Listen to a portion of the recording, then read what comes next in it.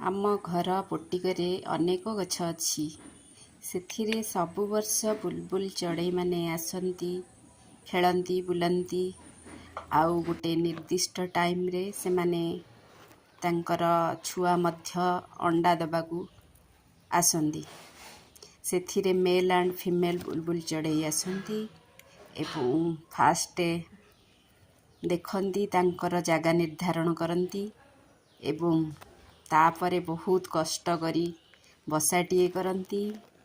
ତାପରେ ବସା ସରିଲା ପରେ ସେମାନେ ଅଣ୍ଡା ଦିଅନ୍ତି। ଅଣ୍ଡା ଦେଲା ପରେ ସେମାନେ ସବୁବେଳେ ଆସିକି ରାତିରେ ରୁହନ୍ତି, ଦିନ ଯାକ ଯାଇକି ବାହାରେ ବୁଲନ୍ତି, ଖାଦ୍ୟ ଖାଆନ୍ତି।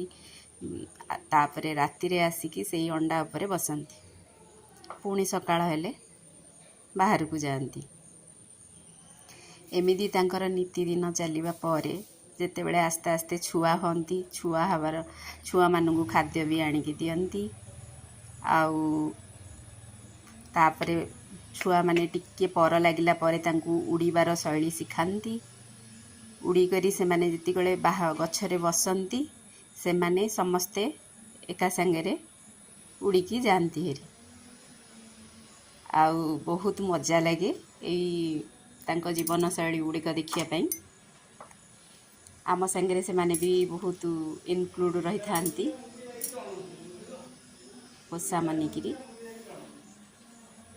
ତାପରେ ଖେଳ ବୁଲ ବହୁତ ଟାଇମ୍ କରିବେ। ବଡ଼ ହେବା ପରେ ଗଛରେ ବସିବେ, ତାପରେ ଉଡ଼ିବେ। ଉଡ଼ିବା ପରେ ଜୋରେ ଉଡ଼ିଲା ପରେ ଉପରକୁ ଉଡ଼ିଲା ପର୍ଯ୍ୟନ୍ତ ସେମାନେ ସେଇଠି ହିଁ ରହନ୍ତି, ବାପା ମା'। ତାପରେ ଉଡ଼ିକି ପଳେଇ ଯାଆନ୍ତି।